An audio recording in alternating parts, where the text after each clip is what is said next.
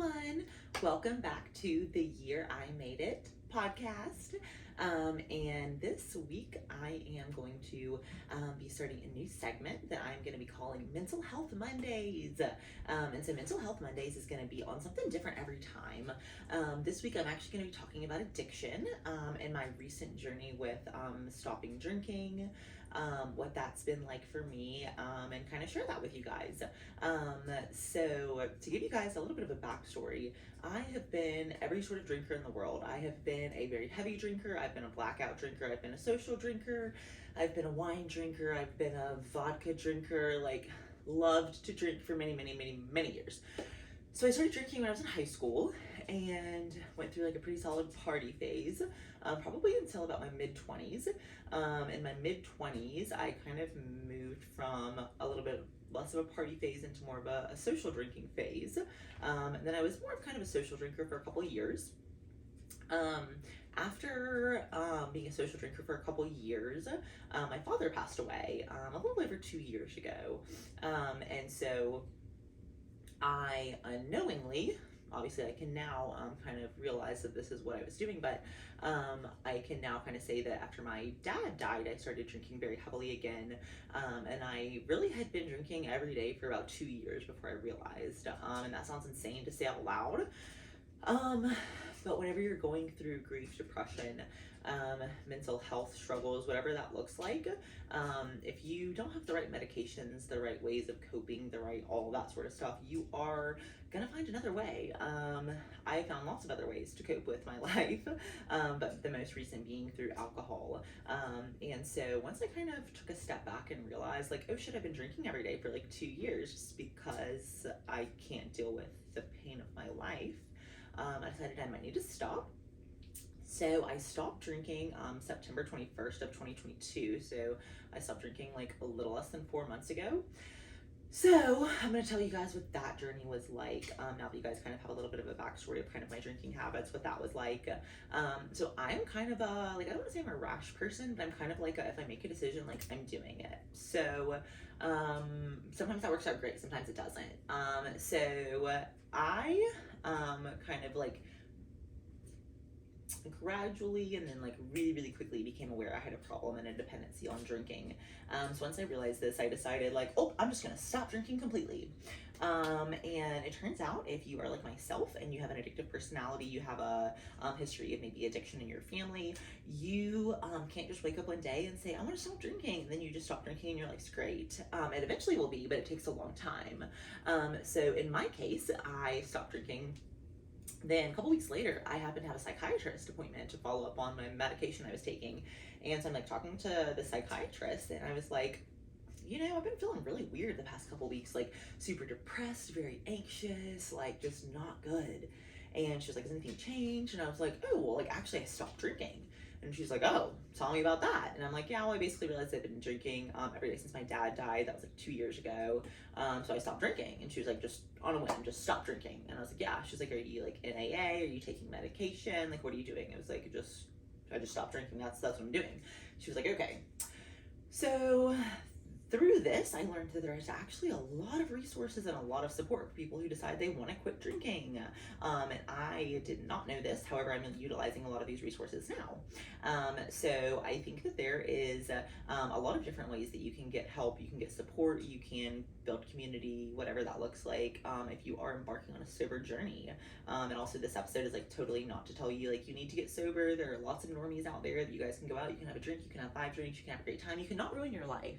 I'm not one of those people though, so I'm here to tell you about how I unfortunately can't go out, have 2 drinks and not ruin my life, because if I go out and have 2 drinks, I want to have 17 more and then ruin my life. Yeah, so it's not, I'm 30, I'm too old for that shit, right? So back to how it was not a super easy process for me. So once I talked to the psychiatrist, she pretty immediately puts me on antidepressants. I do have a history of depression and have been put on antidepressants before. And so essentially, I've kind of now learned that whenever you are drinking, you're essentially giving yourself really, really high dopamine levels. And then whenever you stop drinking, all of a sudden you're just taking all of those away, and your brain is just hello, what is going on? Especially if you are somebody like myself who is dependent on those levels of dopamine to keep you going, to keep you happy, to avoid whatever pain it is that you're trying to avoid, whatever it is that you're trying to do. So that is kind of the beginning of how like my quitting drinking journey started. So super depressed, wanted to drink all the time. And so I got on the antidepressants. And then I also eventually got on pills for alcohol cravings. Those personally did not work for me. Not to say that they won't work for other people, but I personally took them and I was like asleep for a day and then like violently ill for a day. So like that wasn't my jam. But by the time I had taken those pills, I was so deep into the process of committing that I wasn't going to drink anymore, that I was like, I'm just going to keep using my mind to like remind myself that like I can't drink. And for me, what that looks like is like, I know that I'm not the kind of person that can have one drink. I know that if I was to go out and drink tomorrow, I'm going to have a bottle of champagne or 15 vodka sodas. Like, and then probably go on a 2-year bender before I realize that I have a little bit of a problem again. And that's just unfortunately kind of who I am as a maybe addictive personality type. And so for that reason, like I have this really, really strong, now that I know that, I have this really, really strong mental conviction that like I know how hard it was for me to quit drinking and I know I can't do that again. And so I know I can't put myself in a situation to have to do that again. And so that's pretty much like the only like mental thing that like I've been using to like make myself not drink. I've been in a lot of situations where I wanted to drink, let me tell y'all. So first of all, pro tip, if you're trying to stop drinking, don't stop drinking right before the holidays. Especially if you've been drunk every holiday for like the last like 10 plus years of your life. It's not a good, I did it, it's not a good place to start. So I stopped drinking the end of September. My birthday's in November, Thanksgiving's in November, Christmas, New Year's. Normally I'm drunk that whole time, right? November and December, just drunk the whole months. So then I'm like 5 weeks into my sober journey when these months start hitting, and I'm like, oh shit, I want to drink. So I'm gonna tell y'all like some funny stories of, they're funny now, they weren't funny at the time, of some like different like cravings I've had. So I have a role as far as like my job goes where I have to go to a lot of social events. I have to go to a lot of Christmas parties, I have to take a lot of people out to eat, I have to take I have to do a lot of dinners, like a lot of things like that. All of these, normally I am like the first one there that's like, hey, who's getting what? I already ordered a drink. And now I am going into these exact same situations and ordering a water with lemon instead, which is, I have now gotten used to it. However, I used to drink around so many people that it's honestly taken me a long time to tell all these people that I don't drink anymore. So I went to a Christmas party, probably like a month or so ago for work, and so I sit down next to somebody who like drinks oddly the same thing I drink, Tito's and soda, love it. So everybody around me at this Christmas party is drinking Tito's and soda. I got a water with lemon. I wanted a Tito's and soda. I was I'm watching them like squeeze their limes into their Tito's and soda and like take the first sip. Like that's the level of cravings that I'm having at this Christmas party, right? So we get to the end of the Christmas party, and by that I mean like I'm finished eating. Like I don't even know if everyone else is finished eating. I finished eating, so I gotta go. So that was as long as I could make it without drinking. So literally I finished eating and I'm like, okay guys, gotta go, see y'all in the morning, and then just like run out the door because I wanted to have all of their Tito's and sodas. So that was a big challenge for me. So I have personally not found a good solution for like the social drinking other than just like mentally preparing myself. Like I'll like literally go into a situation like, Madison, remember, we don't drink anymore, we're not gonna drink at this event, and that's okay, we're still gonna have fun. And I literally have a pep talk with myself in my head all the time. So if you guys are wondering what's going on up there, it's a lot. So that was like one of the first times where I was like, oh, I can be really triggered by the situations that I'm in and really, really want to drink. So then Christmas Eve rolls around, and we used to always drink champagne around the holidays, and so I just always be drinking champagne around the holidays. So about 10 a.m. Christmas Eve morning, I was in Target. I saw the champagne aisle, right? It saw me, we made eye contact. The champagne said, you want me, I want you. And I said, I want you. And then I avoided that entire section of Target. And then I proceeded to go later that day to a grocery store and buy like wander around the whole grocery store and buy every sweet that I could to try to appease this champagne craving that I'd had since 10 in the morning. So that's a weird thing. If you quit drinking, you get like weird other cravings. Personally, for me, it is energy drinks and cookies. Like, I don't know what it is. Really any type of sweet. Honestly, I'm not going to discriminate against the cookies. Cookies, chocolate. Last night I actually in bed had gummy worms and like the Hugs Hershey Kisses, you know, the white chocolate, dark chocolate ones. So, for me, it's definitely been very challenging to get through the holidays. That was like literally like my like after like New Year's, like when New Year's Day hit, I was like, we made it. We didn't drink. We made it the holiday. What a great time. And now that I am like probably like 100 days alcohol free, I feel so good. And like, again, as somebody who is drinking every day, like what a life it is to like come home and like remember what goes on in your life and in your relationships and in your conversations. Like it's a great life, honestly. So that's like my little recommendation. If you are stopping drinking, do it with some support.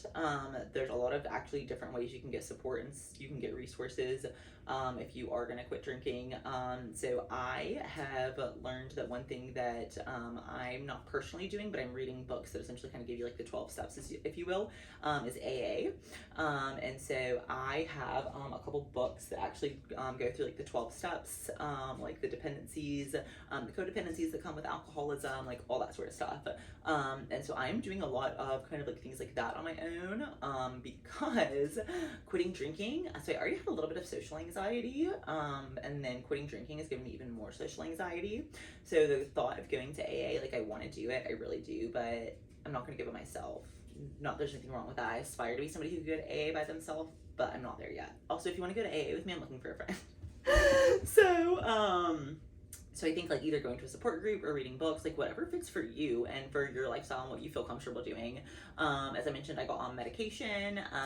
So one thing that I've learned and unpacked a lot with my psychiatrist is drinking and drug use, especially like daily drinking and drug use, is always generally some form of untreated mental illness, and you don't have the right medications, you don't have the right things in your mind, you don't have the right dopamine, you don't have the right serotonin, so you're gonna get it one way or another. And so for me, that's been through alcohol and drugs over the years. And now I actually take quite a few different medications for mental health, for sleeping, for nightmares, all that sort of stuff, that I would that's another thing. Whenever I quit drinking, I really struggled with sleeping a little bit as well. So they gave me sleeping pills as well. So sleeping pills and an antidepressant is what they put me on. Because that's another thing. Like a lot of us be using alcohol to sleep. So if you're doing that, I struggled with that as well. Some of the other resources that I wrote down, support. So like telling people around you that will support you. So like all the people that are close to me know that I quit drinking, why I quit drinking, and they will support that. And that's really, really important, is to make sure that you're in a place where nobody's judging you, where people are actually supporting you. Nobody's like, oh, why'd you quit drinking? Just come out and drink with me. Like those aren't your friends, first of all. So that's been really, really good for me, is to have a really good support system. Therapy. So I'm always going to therapy, always talking about therapy. I talk to my therapist about a lot of things. One of the things that I talk to her about is my sober journey and what that's been like, the good, the bad, and the ugly. So definitely having somebody that you can confide in that's non-judgmental and that's also gonna like validate what you're going through, and also kind of be able to explain like, oh yeah, you're having those cravings because your body's trying to make up for this and this. Like somebody to help kind of explain as well what your mind and your body is going through as you're kind of coming off of addiction. Another thing that's actually really cool, I don't have them with me, I'll have to show them maybe in my next episode, but my mom got me these sober cards for Christmas, and it's basically like a daily meditation card for people that are in recovery or for people who are like on a sober journey. And it was written by this woman who's been sober since like 2010, which is funny because I like read that and I was like, damn, she's been sober for as long as I've been getting fucked up. So I'm gonna try to be like her. So I do these little sober cards every day, little sober meditation cards that remind me how hard it has been for me to get sober, how proud of myself I should be for doing that, all the great reasons I should keep doing it, all that sort of stuff. So that's really cool. So there's a ton of different resources. It's totally up to you what you like, what you want, what you feel comfortable with, all that jazz. This is not a here's how to get sober, you need to get sober, anything like that. This is just a little spiel on my challenges with addiction and what that's been like. So thank you guys for tuning into Mental Health Mondays. This week was on addiction, as I mentioned.